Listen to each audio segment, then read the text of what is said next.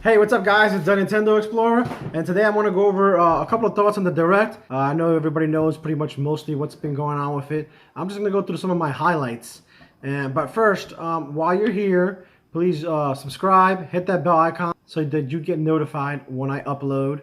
Drop a comment down below, and if you can, share with your friends and bring some of your friends over to the Nintendo Explorer, right? Let's make this into a big community. I really appreciate every one of you. I appreciate your continued support, okay?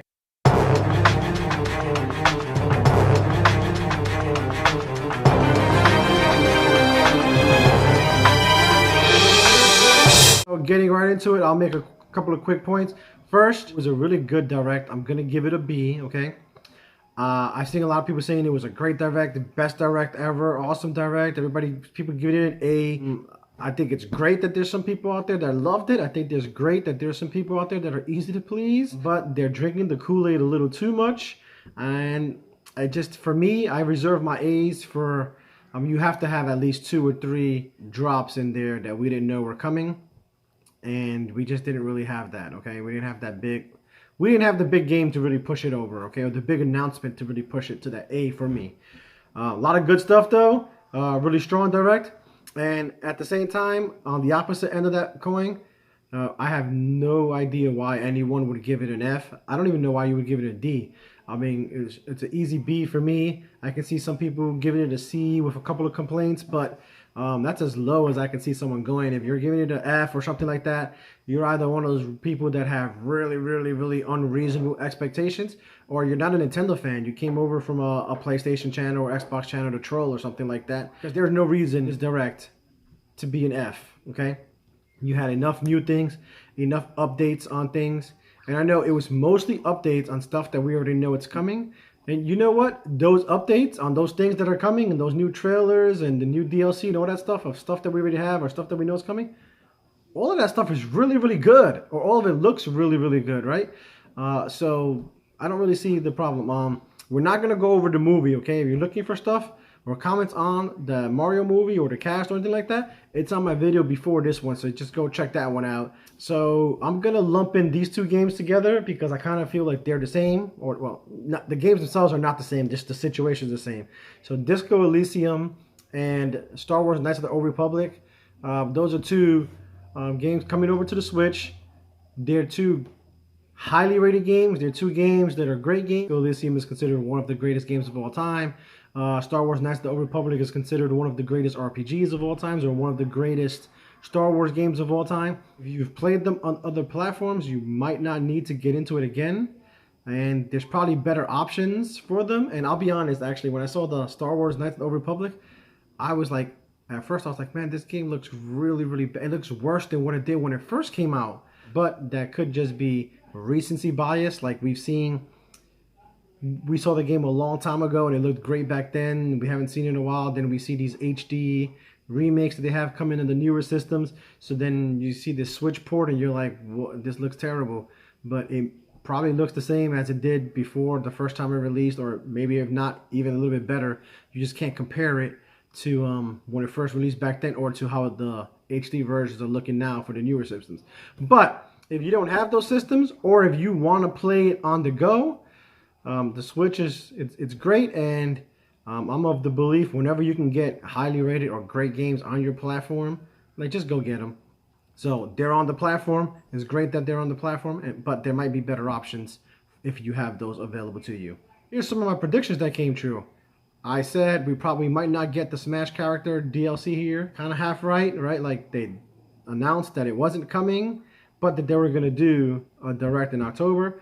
So I said, hey, don't be shocked if you don't see the DLC character here. And I don't think that we will. Nintendo has until February. That's the time frame they gave themselves when they first started. So we have plenty of time. And I actually had thought it would be sometime in January, for the January Direct, that they would unveil that character. But no, they said they were going to unveil it in October. So we're getting it much sooner. We just didn't get it in this Direct. Also, DLC, right? So they showed off DLC for a couple of games, including the Mario Golf, and showed off some new stuff for the Super Mario Party and Warriors Age of Calamity. And they announced that they were going to have another Direct for Animal Crossing DLC. So we're getting the Animal Crossing DLC finally. But Nintendo didn't announce it in this one. They announced that they will have another direct specifically for the Animal Crossing DLC.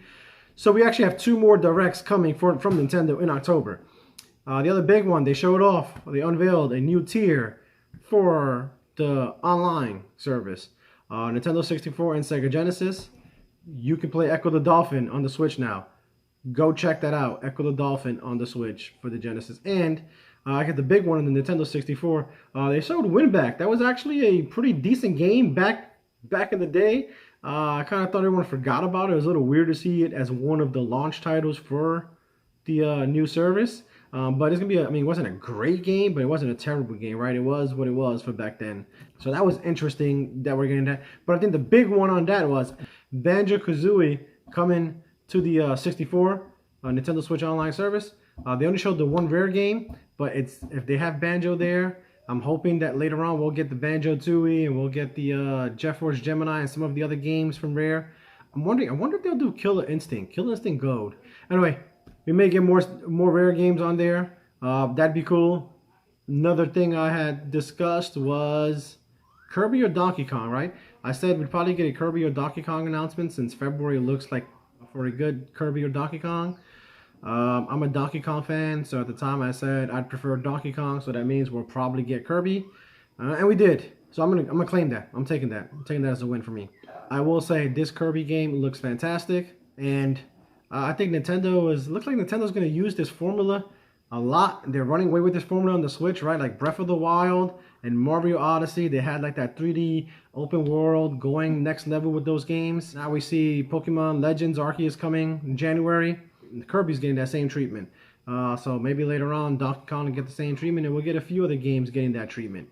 They had some Mario Kart DLC. Nah, I think the ship has sailed on that Mario Kart DLC. But Chocobo GP, Final Fantasy Mario Kart type deal, looks really interesting actually.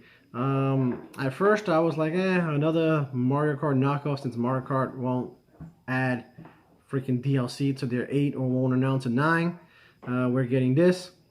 But if you watch the trailer, it actually looks really interesting. They have enough of their own, I don't want to say gimmicks, but they have their own pizzazz to it, to little separate it. Some of the highlights for that were each racer has a unique move that they can use during the race. And the power-ups, I guess, that they collect have different names, and you can make spells out of them. And if you collect multiples of the same power-up, you can do a combo that's much stronger than just if you had one. So anyway, so they're kind of giving this Mario Kart with some RPG like elements to it, the way Final Fantasy would do. So it looks interesting. They did a scissor reel. In that reel, they have Rune Factory 5. But they didn't really go too much into it. A little surprised at that. It's like Rune Factory used to be a big deal. I guess not so much. And then in that same scissor reel, they had a Shimigami Tensei clip, which I was a little surprised at that because Nintendo's putting a lot into this Shimigami Tensei 5, and they have been putting a lot into it. So we had this September Direct, and it was like in a scissor reel, and that was it. So Castlevania collection, the Castlevania Advance collection is real. I played them on the Game Boy Advance. I had them on the Game Boy Advance. Great games. It's great that they're getting redone. It's a little interesting that we're getting a couple of Game Boy Advance games redone, right? Like, kind of negates the purpose of doing Game Boy Advance. Speaking of Game Boy and Nintendo Switch Online stuff, we didn't get the Game Boy Color like I thought we would. But allegedly there was a rumor leak or whatever, that was still coming. They also had a really nice trailer for ActRaiser Renaissance, right? Like, so it's a remake of ActRaiser. It looks really good, actually. Released same day. Let me know if you're going to check that one out. They went through a Splatoon 3 portion of it. They showed off a new Splatoon 3 trailer. Return of the Mammalians, right? Talked a little bit about it. There was an interesting scene there where Inkling got sucked into, like, looked like this black blob, then got spit back out, and it looked like he had fur. So there's a unique thing there. I don't know. It looks like they're... I thought it was going to be like mammals are returning, but are they like turning Inklings into mammals? I don't really know what that was, but that's kind of what it looked like. And then it ended with Bayonetta 3. And at first they showed those jets flying by, and I was like, Bayonetta 3. Then they showed like military people and then some monsters, and I was like, oh wait, this is, I don't know what this is, but it looks really good. It's not Bayonetta 3. Then some like looked like there was a pea that fell down somewhere, and I was like, yeah, Bayonetta 3. And then what? Then there was a doll thingy, and I was like, wait, what? And then finally, Bayonetta pops in, and yes, Bayonetta 3. Once I saw it, I was like, yes, we're getting Bayonetta 3 coming December. It's the holiday game. But it wasn't. It was still 2022. I don't know how far along this game actually is. They were talking like Platinum was talking like it was good to go and almost ready to be launched, but that was the only. The trailer was more cinematic than gameplay, and it wasn't a long trailer. Anyway, I don't know. I'm getting a little concerned now for that one. I wasn't going in, but now let's see. Hopefully, it comes out 2022. You know what you thought of the Direct? Until next time, stay safe and keep exploring.